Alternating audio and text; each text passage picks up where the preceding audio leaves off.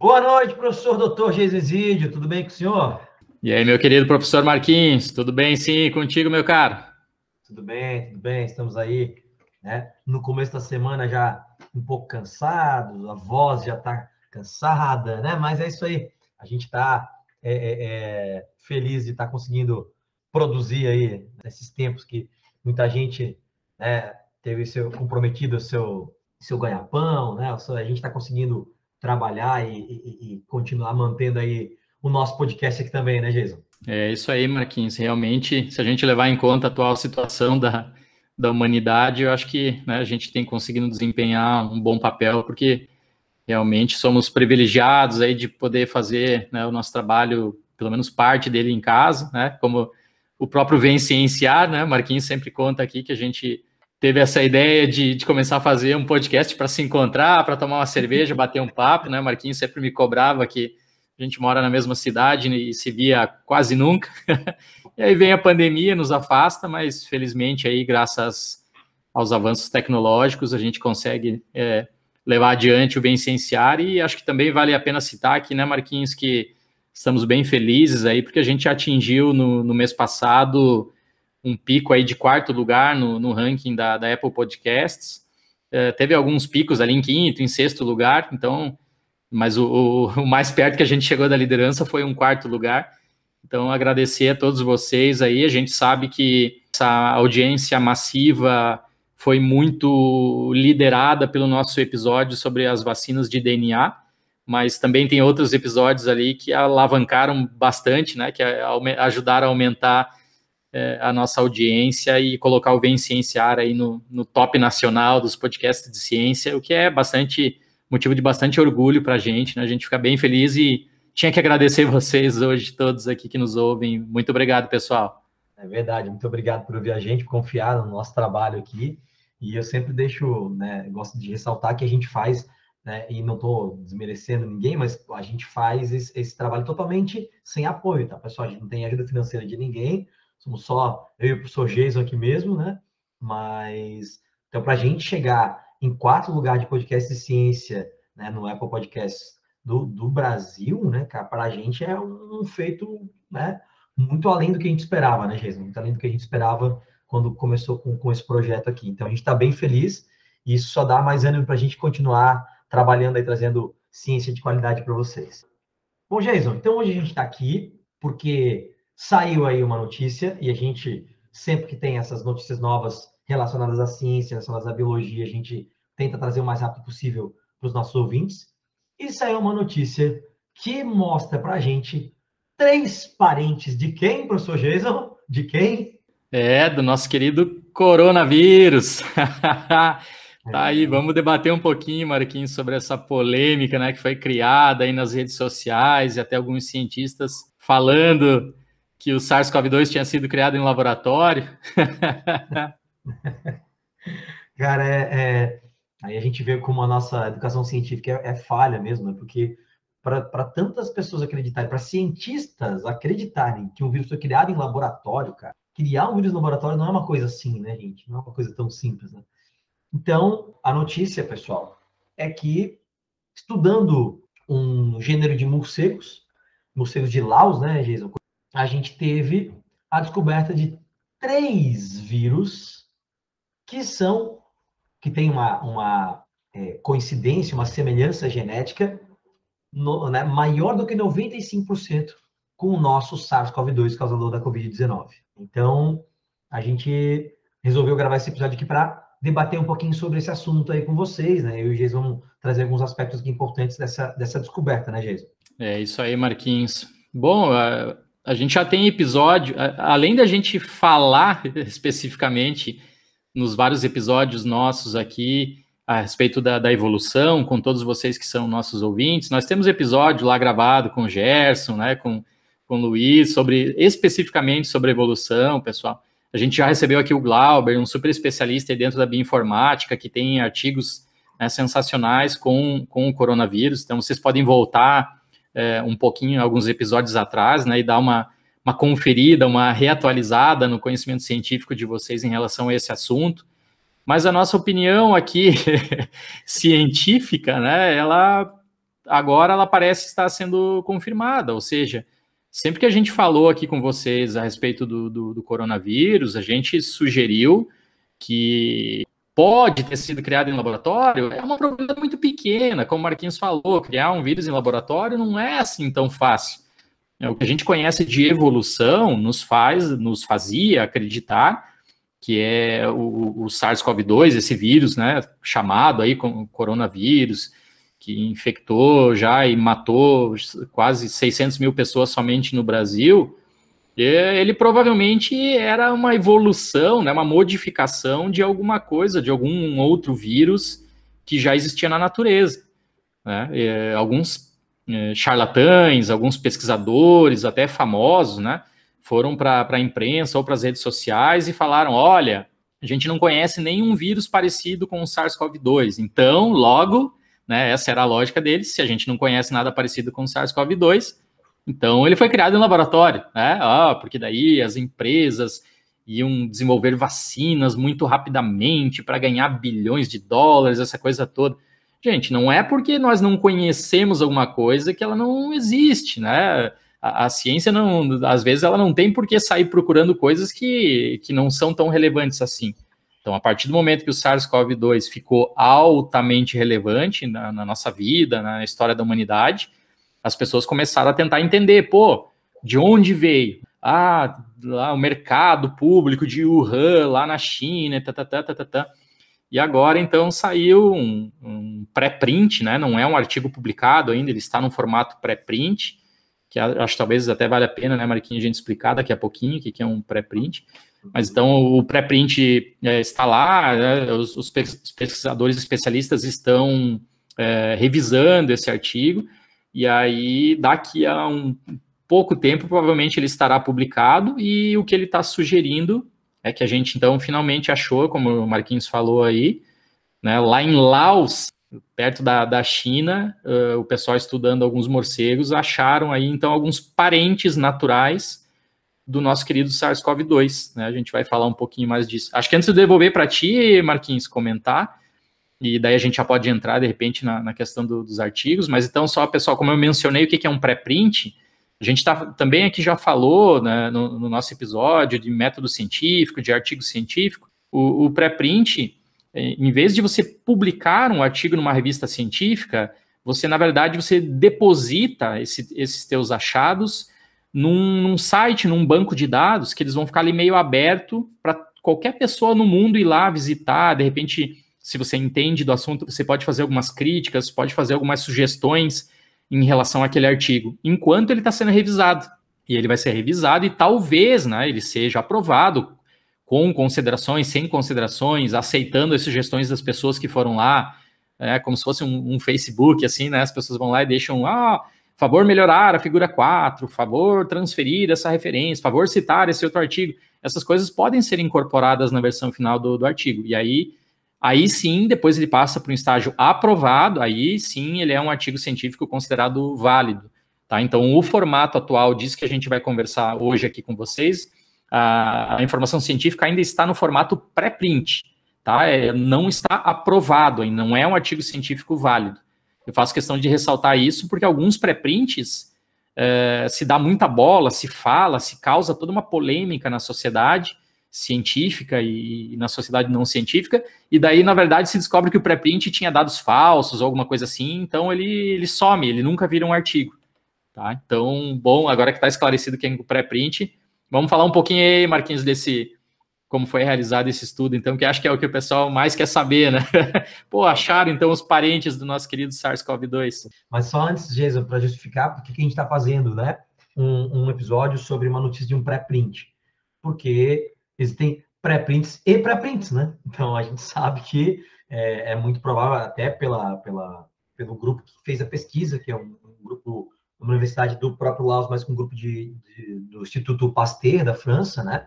E por todo o aspecto do artigo que a gente, né, do pré-print que a gente leu, então tem uma probabilidade, né, muito grande de esse pré-print virar um artigo, né, então não tem nada de muito... Primeiro que não tem nada de muito extraordinário, nada absurdo, porque é uma coisa que a gente já imaginou que podia acontecer, e depois que é um grupo de pesquisadores que é respeitado, né? Um grupo que tem um conceito muito grande aí no meio científico, então a tendência é que isso seja uma verdade mesmo, né, Geisa? Quer comentar como é que foi feito esse experimento, Geisa, para a gente depois comentar os resultados? Boa, posso sim. Então, pessoal, até para vocês que, de repente, né, a gente sabe que muitos dos nossos ouvintes não estão muito familiarizados, assim, com as questões científicas, né? Então, talvez, assim, servidores de depósitos de pré-print sejam novidades para vocês. Então, se vocês quiserem, de repente, verificar esse pré-print, né, que provavelmente, como o Marquinhos falou, vai virar um artigo aceito aí numa super revista, vocês podem acessar aí o servidor de pré-print que se chama Research Square, né, como se fosse aí quadrado de pesquisa, algo assim a tradução. Tá? Então lá vai estar esse artigo no formato pré-print, né, que são aí pesquisadores, como o Marquinhos falou, bastante de renomes, né, o PI ali, o investigador principal do artigo é o Mark Eloit, não sei se fala assim em português, ele é virologista lá no Instituto Pasteur em Paris. E basicamente, então, que ele e os seus ali colaboradores no artigo, o pessoal lá de Laos fizeram, eles foram então lá justamente para Laos, para umas cavernas lá específicas, e eles coletaram então 645 morcegos do gênero Rhinolophus. E esses morcegos, eles né, capturaram lá e tal, os menininhos, e coletaram então saliva, fezes e urina de cada um desses morcegos. E para que a gente faz isso? A gente normalmente retira amostras biológicas, né, dos organismos que a gente está trabalhando, seja morcego, seja algum outro organismo, para depois você poder fazer análises específicas de DNA, ou, no caso aqui, buscar vírus, né, que tivessem presentes nesses morcegos.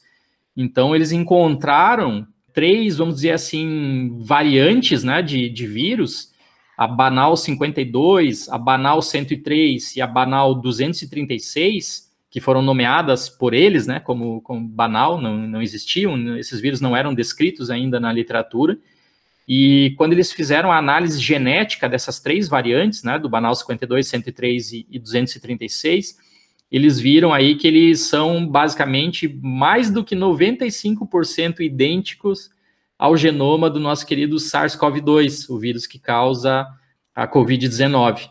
Ou seja, gente, aquela velha história, né, do intermediário aí evolutivo. Bom, se a gente tem então já um vírus que estava lá presente nos morceguinhos lá no Laos, e de repente a gente tem um outro vírus que foi descrito aqui em seres humanos, né, e os dois são muito parecidos, então a tendência, o que se espera, por isso que esse artigo está, né, esse pré-print está sendo tão falado, é porque talvez o SARS-CoV-2 evoluiu dessas outras variantes, desse Banal 52, 103, 236, né? A gente teria que dar uma olhada aqui, mais especificamente nos dados do pré-print, para dizer para vocês, com certeza, se tem uma dessas 3 variantes que são aí, que é a maior candidata, né, a ser o intermediário.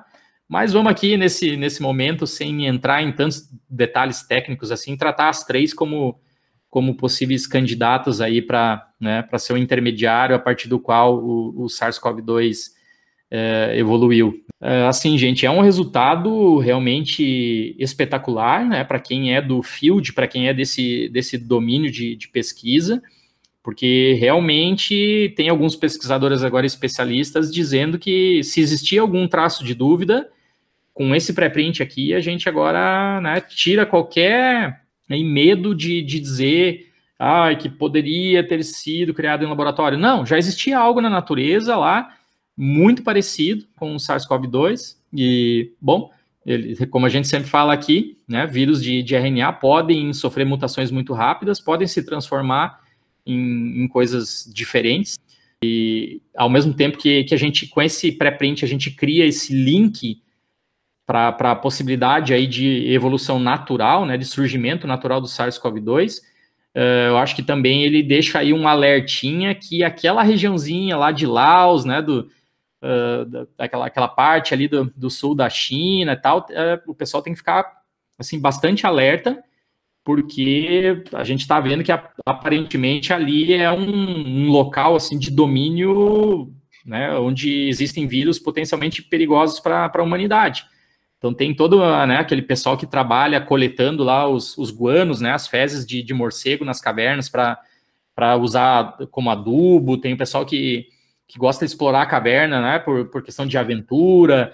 Tem gente que utiliza aí por questões religiosas, né, esses ambientes mais escuros e tal. Então, ou seja, tem seres humanos adentrando esses ambientes.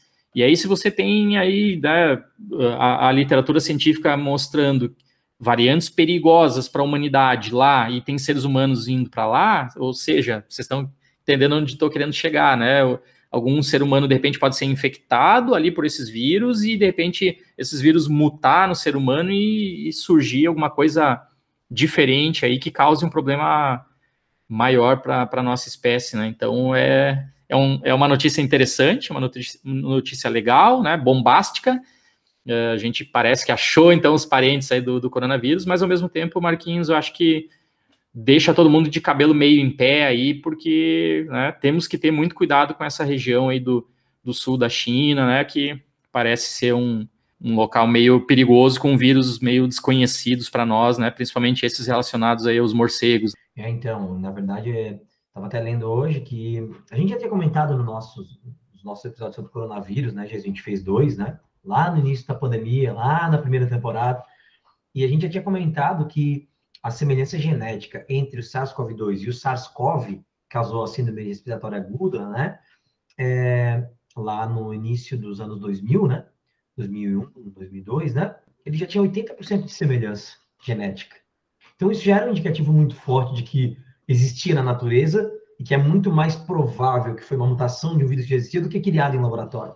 Então, com 80% de semelhança genética já é, né, uma segurança grande de dizer, cara, provavelmente não foi criado no laboratório, provavelmente veio de um processo evolutivo aí, de um vírus que já existia.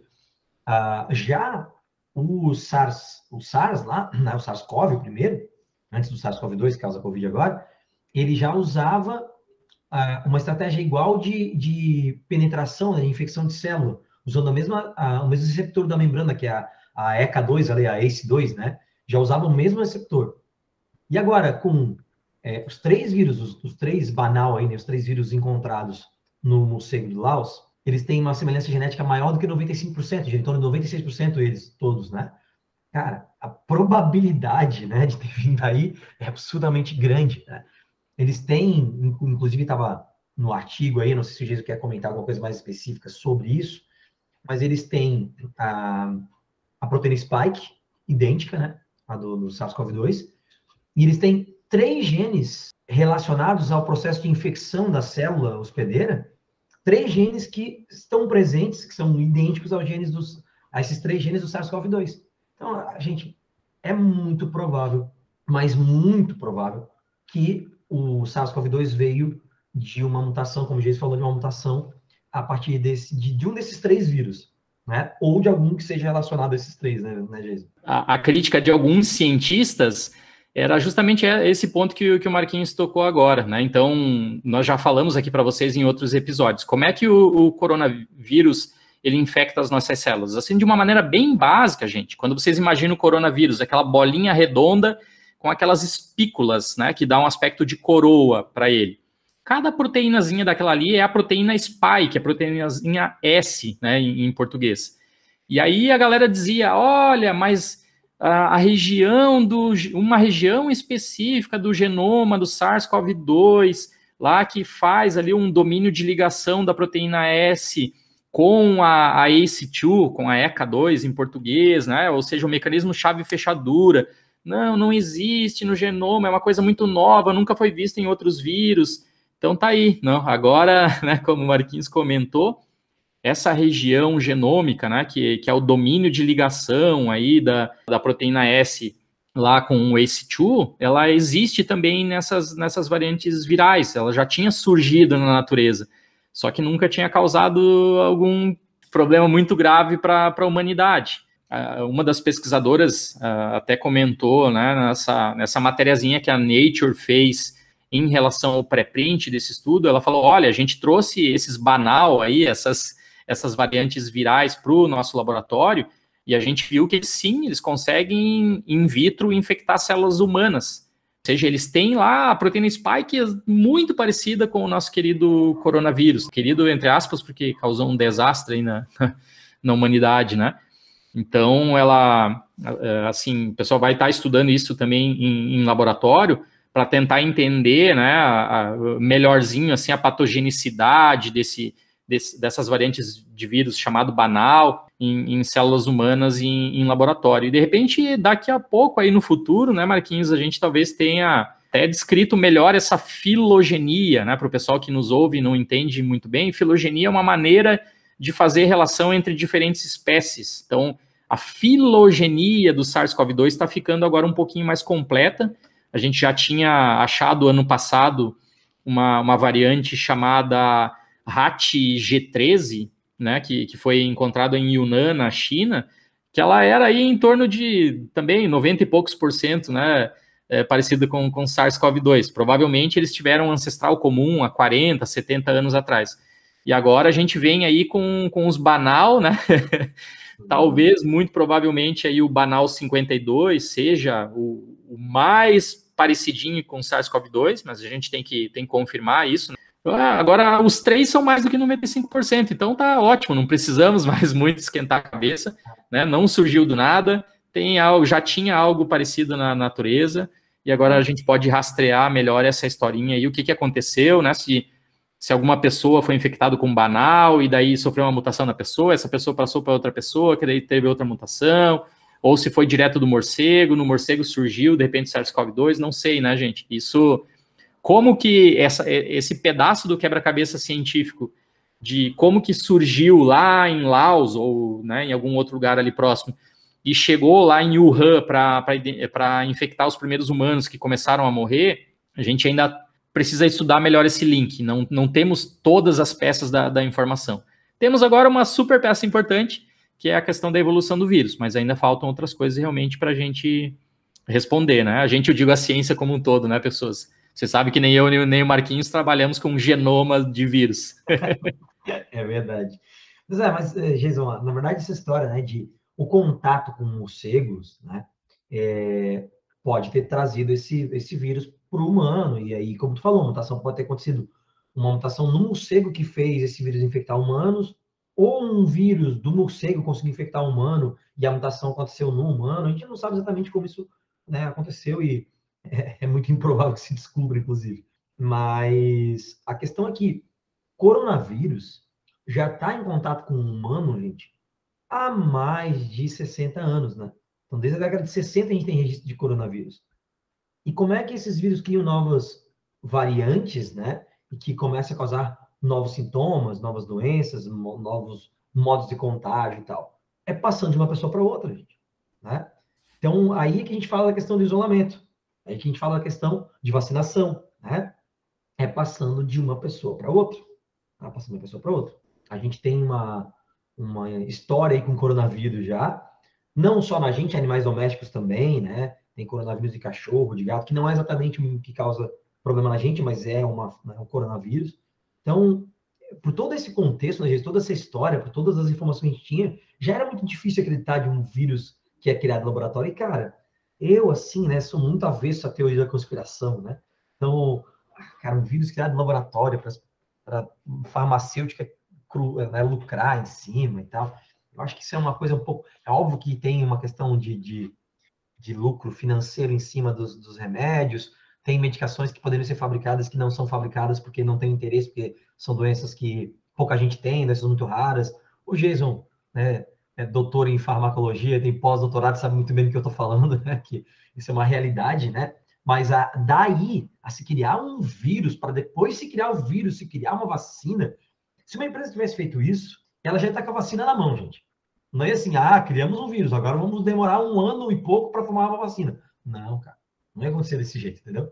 Não ia ter uma concorrência. A empresa não deixa ter uma concorrência tão grande com quantas vacinas a gente tem para a Covid hoje, né, isso? Pois é, Marquinhos, pontos importantes. Enquanto você ia falando aqui, eu me lembro de um outro pré-print que, por coincidência, também estava nesse mesmo repositório, né, Research Square. Ele fez um estudo, basicamente, aí com amostragem de 13 mil morcegos. durante 5 anos, 2016 a 2021, assim, ao longo de toda a China. E eles falam lá, né, a conclusão do pré-print é que eles não achavam nenhum vírus próximo ao SARS-CoV-2, né, e a conclusão é que eles eram extremamente raros em morcegos na China. Agora, com esse novo pré-print, né, a gente vai aí para uma posição de talvez não concordar muito com esse pré-print anterior, né, porque é muito provável que esteja, pelo menos essas variantes banal, né, elas estejam circulando aí nos morcegos chineses. Então, tem toda essa questão das pessoas irem lá para as cavernas, né, onde originalmente lá em Laos foi encontrado essas variantes, mas talvez já na própria China as pessoas possam ter sido infectadas, né? O morcego transferiu para outro morcego, que transferiu para outro morcego, que acaba infectando uma pessoa na China, ali próximo a Wuhan, ou algum lugar assim, né? Então, esse ponto que o Marquinhos levanta, pessoal, é super importante. O vírus ele não está se importando se ele está no corpo de um morcego, se ele está no corpo de uma pessoa. O vírus é o vírus, ele só quer se multiplicar, ele quer entrar numa célula, usar, capturar a maquinaria daquela célula para produzir mais vírus. É isso. Entre aspas, a vida dele é isso. Ele quer ficar se reproduzindo para garantir, entre aspas, a sobrevivência dele. Então, tão pouco importa qual seja o organismo. E cada vez, pessoas, que ele infecta uma célula, que essa célula utiliza a sua própria maquinaria para produzir mais vírus, pode acontecer uma mutação, pode mudar o material genético do vírus. E ele pode, por azar nosso, né, ficar um pouco mais forte, ficar um pouco melhor. Então, o Marquinhos ressalta esse ponto que a gente já falou muito aqui para vocês. Pessoas, as vacinas não vão fazer o SARS-CoV-2 ou qualquer outro vírus sumir da história da humanidade. As vacinas, elas dão para vocês um aumento da probabilidade de vocês se defenderem, do corpo de vocês lutar contra a infecção, de vocês sobreviverem, de vocês não serem entubados, não terem um problema respiratório grave. Isso é vacina. A gente já falou de vacinas em alguns outros episódios, né? Elas são estratégias para dar uma imunidade a vocês. E aí, quando o vírus, porventura, entra em contato, vocês não precisam ser mordidos por morcego, né? Não precisam abraçar o morcego. Pode uma outra pessoa que inclusive está vacinada, essa outra pessoa pode vir perto de vocês, pode ter muito contato com vocês, e de repente cuspir vírus em vocês, espalhar vírus em vocês, esse vírus ir para dentro de vocês. Se vocês não estiverem vacinados, se vocês não estiverem com a imunidade em dia, e se vocês receberem uma carga viral muito alta, vocês podem vir a falecer. Tá acontecendo, gente. Tem muitas pessoas aí que estão em UTI mesmo com 2 doses. Porque a partir do momento que toma as 2 doses, acha que está imunizado, que é vida louca, que eu vou aglomerar, que eu vou encontrar qualquer pessoa. Tá brincando com roleta russa. Pode acontecer, pode dar problema. Agora, o outro caso, as pessoas que não querem se vacinar. Ah, não, só uma gripezinha. Ah, eu já tive. Ah, eu tenho o direito de pensar o que eu faço com o meu próprio corpo. Meu corpo é meu direito, eu não vou tomar vacina. Pessoas, o vírus vai continuar circulando, ele vai continuar sofrendo mutações, a gente já falou aqui em episódios anteriores, o SARS-CoV-2 tem uma taxa aí de cerca de 20 ribonucleotídeos em mutação por ano, ou seja, vamos chutar aí uns 10 anos para frente, pode surgir uma nova espécie, pode surgir um SARS-CoV-3, ele pode ficar muito mais potente, ele pode ficar muito mais letal, mortal, né, traduzindo para as palavras que as pessoas gostam de falar na sociedade. E aí, gente, assim, me desculpem, mas pessoas que são a favor das vacinas vão tomar vacina todo ano, vão ter maior probabilidade de sobreviver, e as pessoas que não querem tomar vacina, vocês vão começar a ver essas pessoas sumindo da sociedade. Isso é histórico, isso já aconteceu no processo evolutivo da humanidade. Pessoa, eu sou contra a vacina, eu peguei e não deu nada. Não deu nada agora, em 2021. Ela pode pegar de novo em 2022, ficar pior, em 2023 pode ficar pior, lá 24, 25, sei lá, pode morrer. Ou já em 22 já pega, já morre. Vai acontecer isso, gente. Com muitas pessoas que vocês conhecem, que a gente conhece, que são anti-vacinas, vai acontecer isso. Então espalhem essa mensagem para todos. Nós precisamos o mais rápido possível que todas as pessoas estejam imunizadas. A gente quer voltar para a vida normal, a gente quer voltar a tomar uma cerveja no boteco, a gente quer voltar a ter uma festinha, a poder aglomerar com pessoas que a gente gosta. Mas para isso, Nós precisamos acelerar a vacinação no Brasil. O Brasil não está nem com 50% da sua população ainda com uma dose, né? No caso das vacinas de uma dose, ou com as duas doses no caso das vacinas de 2 doses. Isso é um número pífio, é um número fraquíssimo. A gente está indo para 2 anos de pandemia e nem 50% das pessoas no Brasil estão imunizadas. Isso é muito triste. Nós precisaríamos aumentar o número no geral da população, o número total das pessoas imunizadas. Senão, é o resumo do que o Marquinhos falou. O vírus vai ficar cada vez mais forte, ele vai ficar cada vez mais letal, e essas pessoas negacionistas vão começar a sumir da nossa vida, vão começar a sumir do planeta, vão ser derrotadas pelo vírus. E tá assustador, assim, a quantidade de gente que ainda nega a vacina, anti-vacina. A gente está tendo problema em escolas, Jason, de alunos, né, não querendo se vacinar, de pais não querendo vacinar alunos, né. Eu comentei numa turma, né, da possibilidade de um passaporte vacinal, que pode vir, né, da Secretaria Estadual de Educação aqui em Santa Catarina, que é uma possibilidade, né, gente. Passaporte vacinal é uma realidade, né, e ela pode acontecer para escolas também. Eu acho muito lógico isso, inclusive, né. Eu espero que aconteça, inclusive, né. E aí foi um auê, os alunos reclamando, né, pai reclamando, não sei o quê. Cara, é uma realidade, passaporte vacinal, então é muito provável que para assistir aula presencial, as escolas ou a Secretaria de Educação cobre uma vacinação, né? Já que tá aqui para a gente está liberado já para 15 anos de idade, então no ensino médio pelo menos, né? Então, cara, é isso. A gente precisa continuar lutando contra pseudociência, negação da ciência, que é histórico, né? É que agora as redes sociais potencializaram muito isso, né? Mas negação da ciência, né? Sempre houve, né? Veja a revolta da vacina lá em 1918. Mas é muito triste, né, Marquinhos, ouvir esse teu relato, porque, gente, uma coisa é vocês Largados e Pelados, aquele programa que o pessoal adora e passa ali na TV a cabo, aquilo ali é cuidar do próprio corpo. Quando você se isola lá no meio do nada, você vai lá, constrói a tua ferramenta, constrói teu abrigo, caça teu alimento, você não vai prejudicar ninguém. Se você quiser acreditar no que você quiser, fazer o que você quiser, lá é o teu corpo. Agora não. As pessoas querem viver na sociedade, as pessoas querem ter direito a condomínios, a roupa, a carros, a prédios que defendem elas de predadores, de ladrões, não sei o quê. Elas querem ter todos os benefícios de viver numa sociedade, e aí elas querem também mandar no corpo delas. Tudo bem, você manda no que você come, você manda no que você lê, no que você escuta, não quer escutar o Vicenciar, não escuta, quer detestar, quer nos xingar, ok, beleza, tudo bem, é seu direito, mesmo dentro da sociedade é teu direito. Agora, vacinas são estratégias de saúde pública. Se você, meu querido, não se vacinar, você pode não morrer nesse momento, mas você vai matar outras pessoas. Ai, mas eu não sei o quê, se eu não tiver febre. Não, você pode ser um assintomático. Você pode pegar o vírus, passar para outras pessoas que vão morrer por tua causa.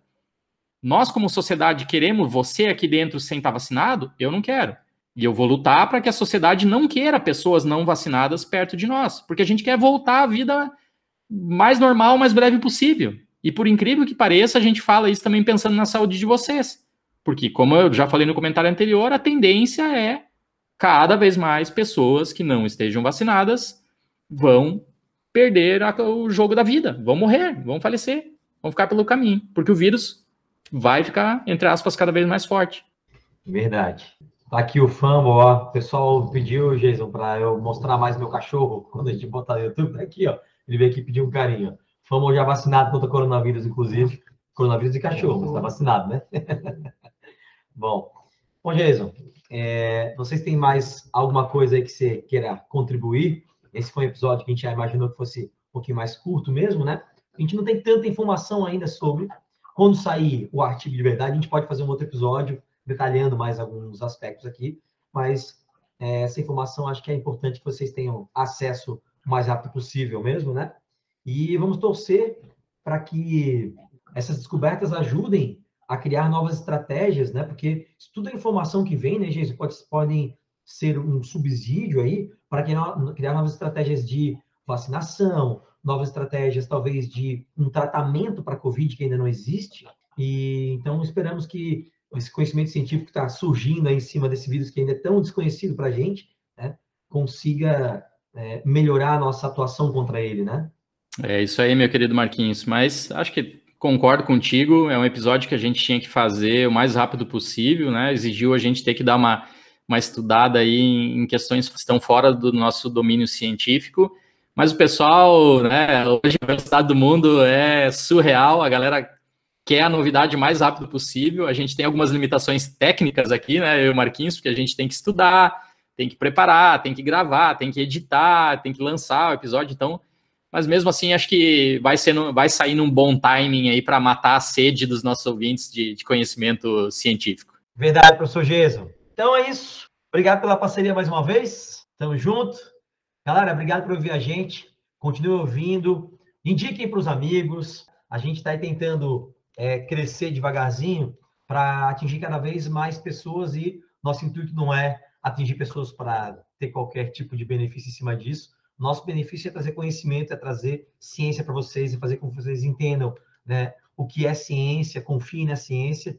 Cada vez mais a gente ultrapassa esse obscurantismo que tem surgido aí nos últimos anos, né? Então, continue ouvindo a gente, que a gente está tentando sempre trazer conteúdo relevante, ciência de qualidade para vocês. Valeu, gente, um grande abraço e até o próximo episódio.